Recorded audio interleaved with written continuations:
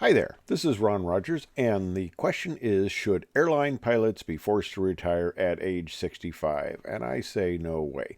65 is just a number, and it's an arbitrary number at that. And you may remember there was recently a push to raise the retirement age to 67. ALPA vigorously opposed it, and it was actually defeated. But I was going through some of my own ALPA magazines, and I'd almost forgotten this, but when it came with the age 60 to 65 issue, they vehemently opposed changing it from 60 to 65. And 60 at that was just an arbitrary number that was set. You know, the big issue is, okay, you're worried about cognitive decline. Well, you take simulator checks, you take medicals, and you're also worried about sudden death. Well, there's no way to predict sudden death. And, you know, I have guys in my high school class who died suddenly with absolutely no warning. Of course, a lot of the times, you know, we all get physicals as airline pilots and Air Force pilots and that stuff very often, so they can see things that come up. There's a lot of people who just don't go to the doctor because they don't want to know what's going on, don't want to open that box. So, funny thing, when they develop high blood pressure, hypertension, which is the same thing, I guess, and, you know, high cholesterol, it's just, you know, I don't see it, so it doesn't exist, but it's going to get you. Now, I was chairman of several ALPA national committees, and the problem we had when we went to manufacturers is they go, well, you're a labor union, you know, you don't really care about anything technical.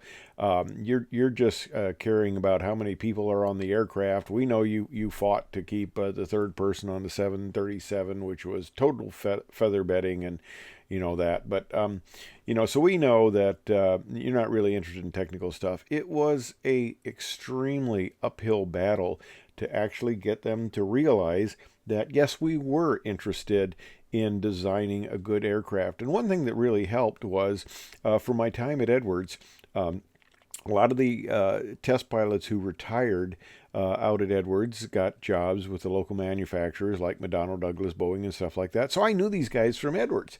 And that personal relationship really helped out.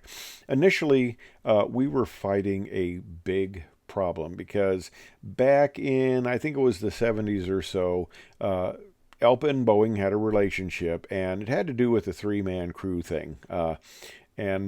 Basically what had happened was Boeing had shared some proprietary information with ALPA, which they said, you know, this is proprietary. It's just for you to know about, you know, so you can, you know, aid in the discussion. It was their view on, you know, the crew issue and stuff like that, as I remember. Well, I don't know who it was, but some people in ALPA went public with the information to try to, you know, force the issue of three-person crew. Well, Boeing didn't like that at all, and ALPA was a persona non grata on Boeing property for a very long time.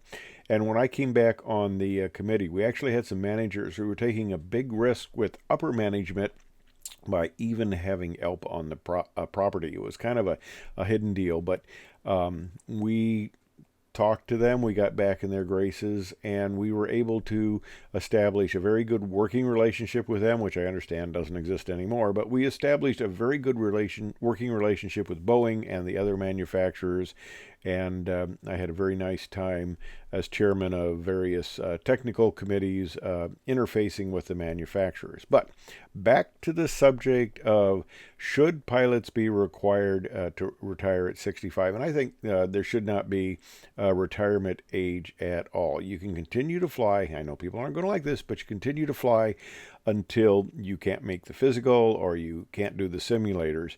You know, you just don't have the proficiency. Now, one of the things that I want to discuss has to do with people and how they age differently. I knew a few pilots at the age of 50, look like the guy on the left there. You know, a lot of pilots, they took good care of themselves. They look like the guy on the right there. You know, they looked a lot younger than they actually were. And one thing I kind of discovered, as we get older and we have high school reunions, I've lost 25% of my high school class. A number of the people in my class who, man, they look like they aged, they look like they were very mature for their age, and they got, more respect because they didn't look like kids. But a lot of them, I think, were aging at a faster rate, and they died young. And people age at different rates. Some people should retire at 50 because they're old and curmudgeons, and some people can keep going for a long time. Now, I have always looked young. And that was a real detriment in the Air Force because I looked like a kid. Um, yeah, I could be first lieutenant, a captain, and I still looked like a kid, and that was rather detrimental. When I got to the airlines, it was kind of funny. A lot of the flight attendants would say to me, they go, "Oh, what commuter did you fly for?" And I go, "I didn't fly for a commuter. I was in the military." And they looked at me and says, "No, you're too young to have had, you know, your 6, 7, whatever years in the military. You're too young." And I go, "No, no, I'm really not." And I'd tell them my age, and they'd be very surprised. I always looked younger than I actually was. And it was great when I was trying to get in the movie theaters because I think at one time it was cheaper if you were below 14. It was, 25 cents instead of 50 to get in the movie theater. And I played that game for a long time. And of course, trying to buy alcohol, I definitely have to had my driver's license because they wouldn't believe it. All right, but there comes a time when you retire.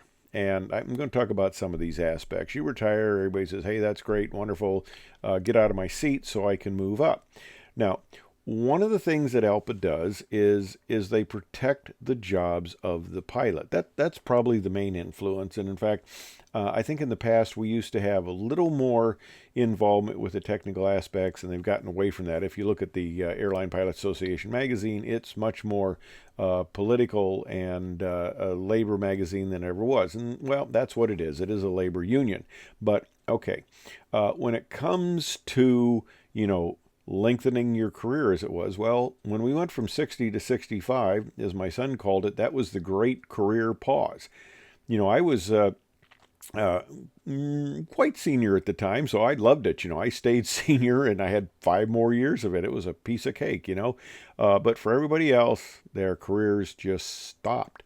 Okay, well, the only people who really, as far as the union membership, who really like the fact that you may continue on past any mandatory retirement age are the people who are very close to it. Okay, everybody else in ALPA is going, "No, I want to move up." So you got a small group that says, "I want to fly," and you got the other group that says, "No, no, no, no, no, we want you to move out." So you go with majority, and that's why one of the reasons I think it's a little disingenuous for ALPA to bring up the safety issues. A lot of it's more the labor thing where, people want to keep on moving up, and we want to get the old codgers out of there. But and this came more to my realization the longer I was in retirement. Okay, I've been retired for 9 years now, and that's quite a bit. I'm 74, so I've been retired for 9 years. But I still fly aerobatics in my open cockpit biplane. I fly very tight biplane patterns where you roll out on final at about 300 feet off the end of the runway and you go right into a flare. And it's a fighter pilot type approach. We flew very tight patterns out at Edwards. We called them actually NASA patterns on the 38. You'd be in 60 degrees of bank. You'd come around and you'd essentially roll out on final. You'd be in 6 degrees of bank. You'd roll out and go right into the flare. It wasn't the mile finals like we did in ATC. And that was kind of the way NASA did it. And it permeated the rest of the group. So we had a lot of fun with those. And I like flying tight patterns. But okay, I still have the hand-eye coordination, the rudder skills. And I got a chance to fly the 787 simulator. I'd never, at the time, the way things were going, I couldn't bid the 787 because of the merger with Continental. Things were blocked off. They couldn't bid our 747-400s, and we couldn't bid the 787. I'd like to fly it, but okay. I had an opportunity many years into retirement to fly it, and I could still fly the hand-flown Cat 2 approaches. Now, here is my very nice Cessna turbo 310R model with very nice avionics. The guy that I bought the airplane from had just upgraded this. He'd done the paint, he'd done the interior, he'd spent a year doing this, and he showed me the invoice, 240 grand on the panel there. So I got the rest of the parts of the airplane actually fairly cheaply. Beautiful panel, and I've flown this all over the United States. I've flown in complex airspace like down around Florida because they have those missile launches and things, it gets real tight. And I've flown it out in the West Coast, up and down the West Coast there. And, I don't have a flight management system, so it takes a little more finger punching and program, but apparently I still have the mental acuity to do that.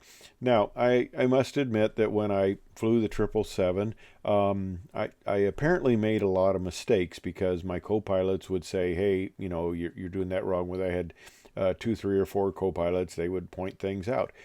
When I fly alone, I apparently don't make any mistakes. There's nobody there pointing it out. My wife certainly doesn't. And I hope you know or can appreciate the little humorous digression there. But anyway, I think I've kept fairly competent, even though I have aged a bit. So I fly airplanes that, can be challenging to fly. But one thing I've always done is I've always stayed in good shape. Very active, exercise a lot, free weights, machines, treadmills, ellipticals, stuff like that. And on the right, I was thinking of franchising this. I call this rehab aerobics. I was going to call it rehab aerobics because what you do is you get a house and you rehab it and you put tenants in and stuff like that.